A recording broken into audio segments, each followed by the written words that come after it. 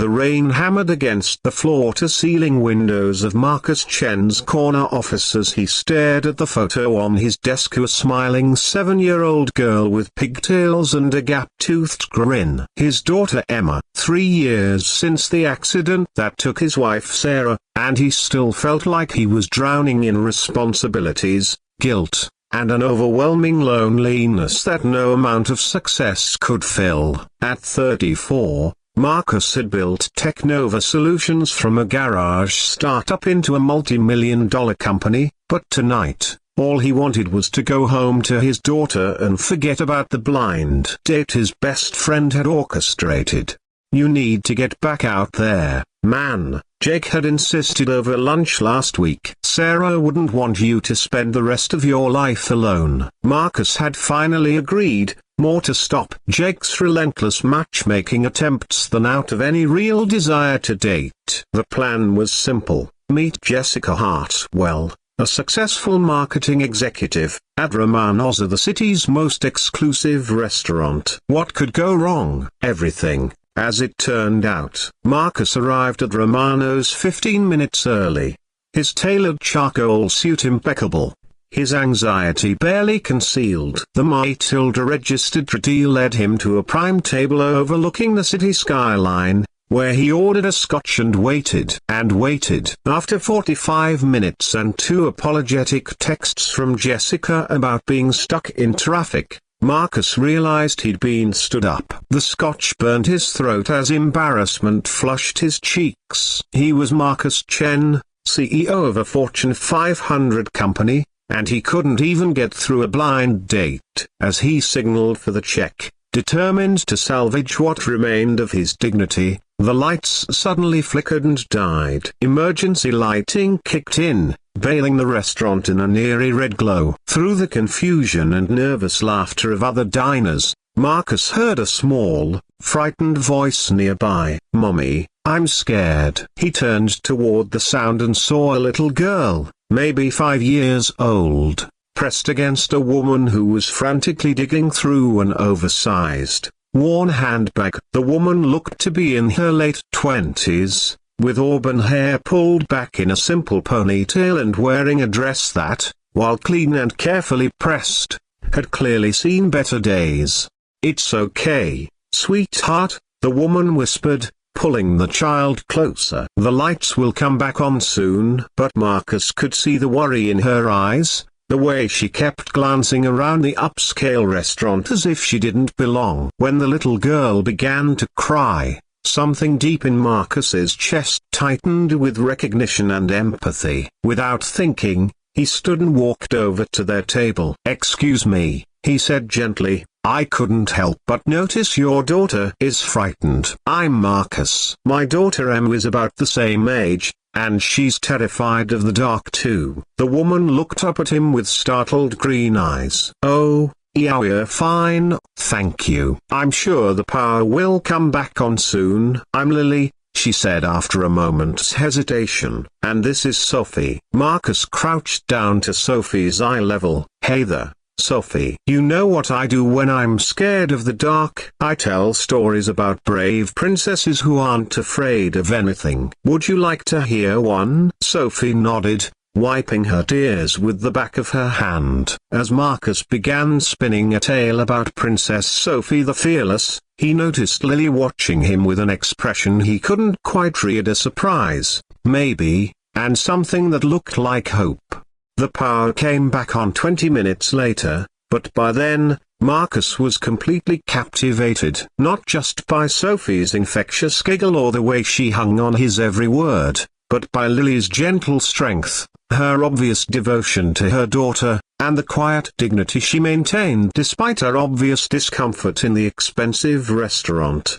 "Thank you," Lily said as Sophie settled back into her chair, no longer afraid. "That was very kind of you. We should probably go now." "Please don't," Marcus found himself saying. "I was actually stood up tonight, and honestly, this has been the best part of my evening. Would you mind if I joined you for dinner?" Lily's cheeks flushed pink. "Oh, we couldn't. We were celebrating Sophie's birthday, and this was supposed to be a special treat. But I think we might have made a mistake coming here. The prices. She gestured helplessly at the menu. Marcus's heart clenched. He could see the pride warring with embarrassment in her expression, the careful way she was trying to protect her daughter from disappointment while facing what was clearly a financial strain.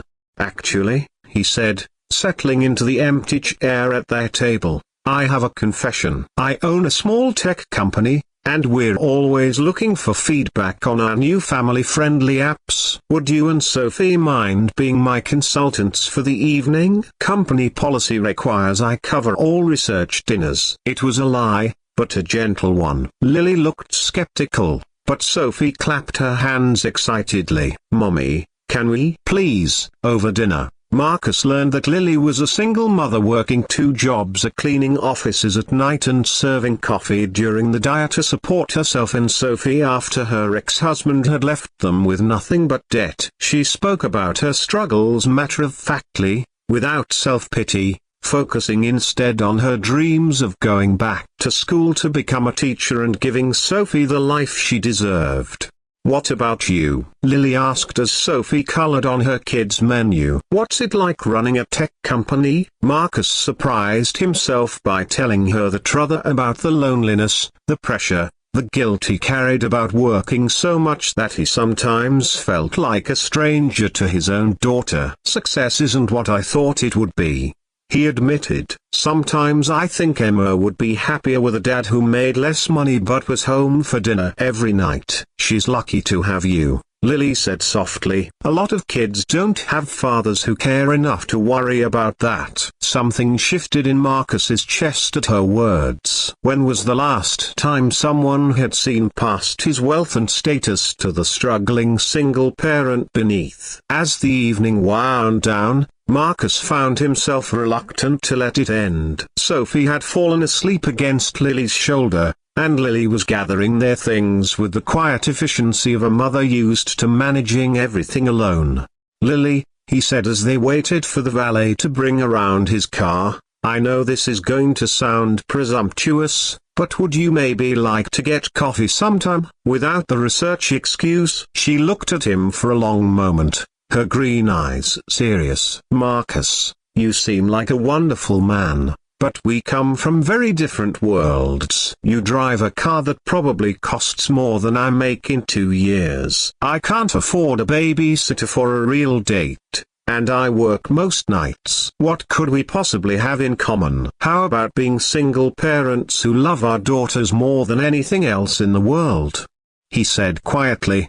How about knowing what it's like to lie awake at night worrying if we're doing enough, if we're enough? How about the fact that in 3 hours, you've made me laugh more than I have in 3 years? Tears gathered in Lily's eyes, but she shook her head. It wouldn't work. People like you don't end up with people like me. What if I don't care about people's opinions? Marcus asked. What if all I care about is that my daughter already asked me 3 times during dinner if Sophie could come over for a playdate? That made Lily smile despite her tears. She did. And what if I told you that tonight, for the first time since my wife died, I didn't feel alone? 2 weeks later, Marcus found himself in Lily's tiny apartment, helping Sophie build a fort out of couch cushions while Lily made spaghetti in her galley kitchen. Emma was the 2, and the 2 girls had become instant best friends. The apartment was small and the furniture worn, but it was filled with laughter and love in a way his mansion never had been. You know, Emma whispered to him as they tucked the girls into Sophie's twin bed for a sleepover, I like Lily and Sophie better than your fancy business friends. Me too, sweetheart, Marcus whispered back. Me too. 6 months later, Marcus stood in that same small living room, down on one knee with a ring that had belonged to his grandmother, and not because he couldn't afford something bigger, but because Lily had fallen in love with the simple, elegant design when he'd shown her old family photos. I know our worlds are different, he said, his voice thick with emotion as Sophie giggled from her perch on Emma's lap, both girls in on the surprise. But you've shown me that love isn't about having the same bank account or the same zip code. It's about finding someone who makes you want to be better, who sees the good in you even when you can't see it yourself, who makes you understand that the best things in life can't be bought or earned, they can only be given freely, with an open heart. Lily was crying now, her hands pressed to her mouth. Marcus, you've given me back my faith in love, in family, in the possibility that maybe I can be the father Emma deserves and the man you both need. Will you marry me? Will you let me spend the rest of my life proving that sometimes the most unexpected love is the most real? Yes, she whispered, then louder, laughing through her tears as Sophie and Emma cheered. Yes, yes, yes. A year later, as Marcus watched his wife reading bedtime stories to their daughters in the beautiful home they'd chosen together, he thought about that rainy night at Romano's. He'd gone looking for a convenient arrangement and found instead a love that transformed everything: his priorities, his perspective, his understanding of what it meant to be truly wealthy. Sometimes the best things in life happened when you stopped looking for them and started paying attention to what was right in front of you. Sometimes love arrived not as a carefully planned match but as an unexpected gift during a power outage, wrapped in the courage of a struggling single mother and delivered by a frightened little girl who just needed someone to tell her a story about being brave. And sometimes, Marcus had learned, the poorest people you meet are actually the richest of all.